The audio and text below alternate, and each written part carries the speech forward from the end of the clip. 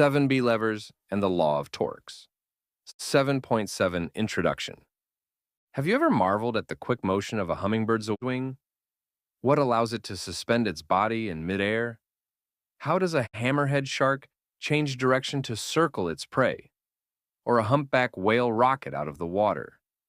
It may not be apparent, but God made all these animals to use their wings, fins, or tails as levers to help them move.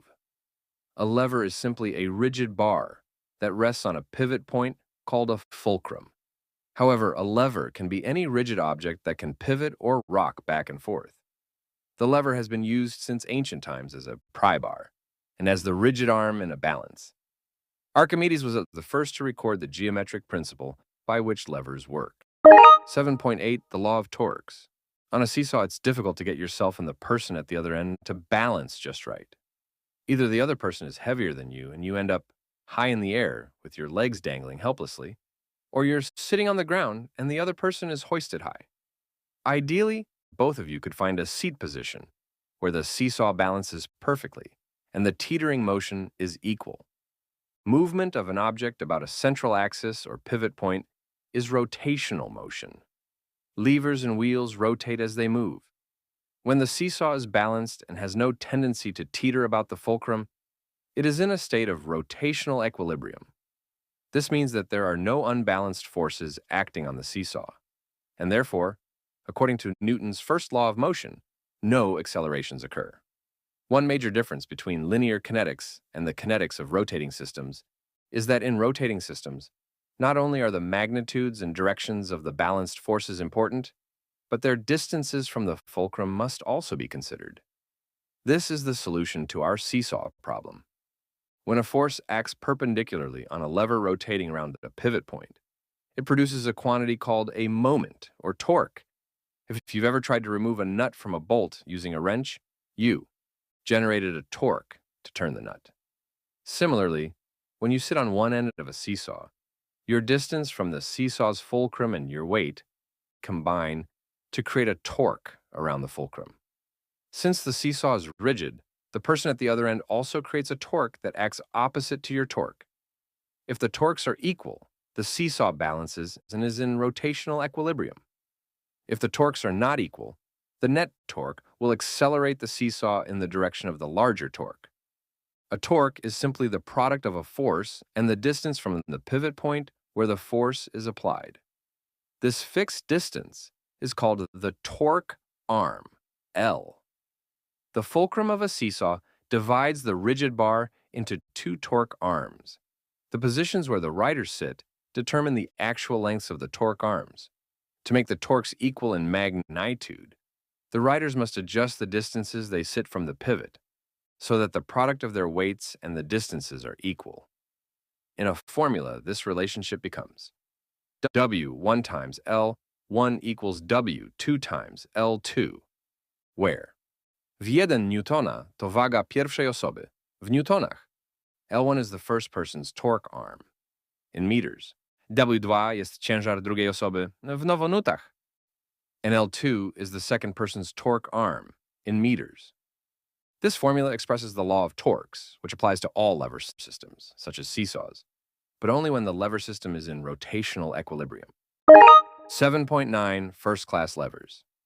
In every lever system designed to do work, the lever arm is subdivided into the effort arm, LE, which is the torque arm of the effort force, and the resistance arm, LR, which is the torque arm of the force exerted by the resistance, or load.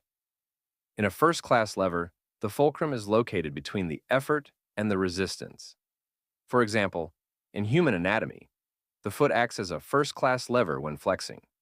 The seesaw, pry bar, and equal arm balance are also examples of first-class lever systems. The law of torques can be used to estimate the effort needed to move a given resistance using a first-class lever. Suppose that you live in New England and you discover one spring day that your front lawn is growing a rock as frost heaves it into view.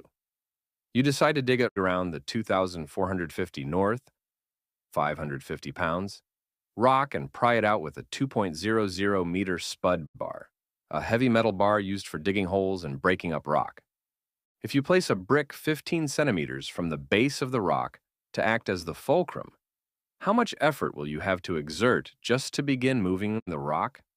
The law of torques is written as Fe, effort, times Le, effort, arm, equals F, resistance, times Lr, resistance arm. Since we know that the resistance arm is included in the length of the bar, the effort arm must be the difference of 2.00 meters and 0.15 meters, 15 centimeters, or 1.85 meters. Substitute the known information into the law of torques formula. Fex, 1.85 meters, equals 2,450 newtons, times 0.15 meters. Next, solve for the effort force by dividing both sides of the equation by the effort arm. Fe equals 2,450 newtons times 0.15 meters over 1.85 meters. Fe equals 198 newtons, or 2.0 times 10 to the power of square newtons, 2 standard deviations allowed. Thus, you will have to exert only 200 newtons, 45 pounds of force, just to budge the rock. Mechanical advantage. What is the actual MA of the spud lever system discussed above? Recall from subsection 7.6 that AMA is the ratio of the resistance to the effort. AMA equals resistance over EFPRT equals 2,450 newtons over 198 newtons, about 12.3. AMA, about 12. You can also use the ratio of the effort arm to the resistance arm to calculate the IMA for this system. This is an application of the distance principle, since you will move the effort arm much farther than the resistance will move. The distance the effort must move is directly proportional to the length of the effort arm. Similarly, the distance the resistance moves is directly proportional to the length of the resistance arm. IMA equals LE over LR equals 1.85 meters, over 0.15 meters, about 12.3. IMA about 12. First-class levers do not always have a mechanical advantage greater than 1. If the fulcrum is placed exactly in the middle of the lever, then the IMA equals 1 because LE equals LR. If the fulcrum is placed so that the effort arm is shorter than the resistance arm, then the IMA is less than 1. However, there's little benefit to using a first-class lever whose MA is less than 1 because it makes the job more difficult rather than easier.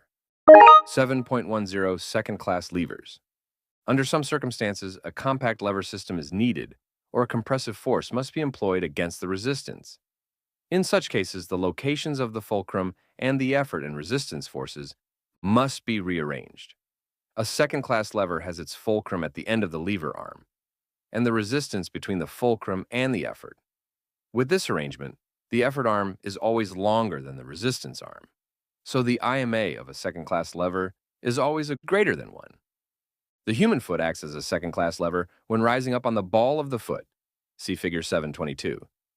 Other second-class lever systems include the wheelbarrows, nutcrackers, an office paper cutter, and a door hinge system. Can you see the action of the second-class lever in each case? 7.11 Third-class levers. The third-class lever seems at first to be something of an oddity. The fulcrum is at the end of the lever arm, as in a second-class lever, but the effort is between the resistance and the fulcrum. Therefore, the effort arm is always shorter than the resistance arm, and the IMA is always less than 1. Why even bother with a lever system that takes more effort to use than the resistance itself? Raise your right arm to shoulder height. Now bend your arm to bring your hand toward your shoulder. You just operated a third-class lever. In fact, nearly every bone in your body that is involved in the motion is part of a third-class lever system. Two major exceptions are the skull and the foot, both of which form first-class levers. Arms, legs, hands, fingers, toes, backbones, and jaw are all third-class levers.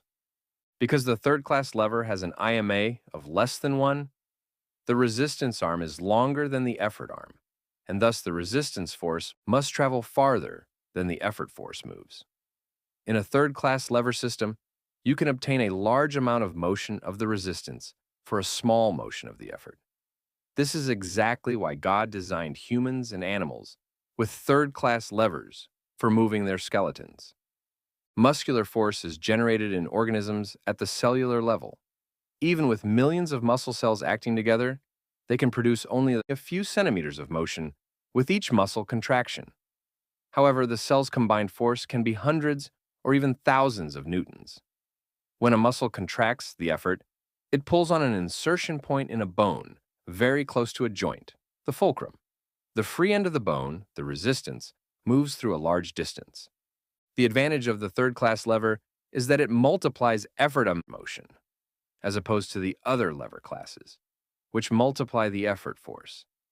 Just imagine how your body would appear and the limited range of motion you would have if God had designed your body with first or second-class levers in your limbs. Other applications of third-class levers include fingernail clippers, baseball bats, sweep brooms, and rakes.